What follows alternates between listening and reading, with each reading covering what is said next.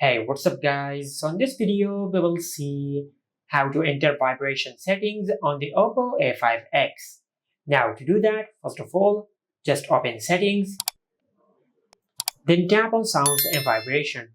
And from here, you will find the vibration settings on your smartphone. For example, you can select vibrate only from here, and by selecting vibrate only, it will disable the ringing mode on your smartphone and it will vibrate only to incoming calls and notifications.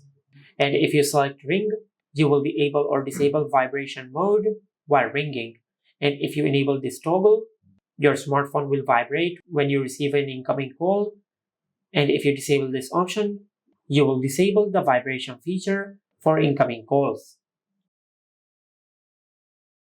Also under haptics, you will find the option of haptics, and from here, you can enable or disable all the system haptics and the vibrations on your smartphone.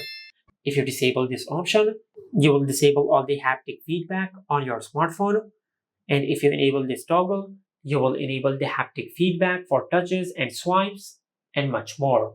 And this is how you can enter vibration settings on the Oppo A5x. Make sure to like, comment, and subscribe. Thank you for watching.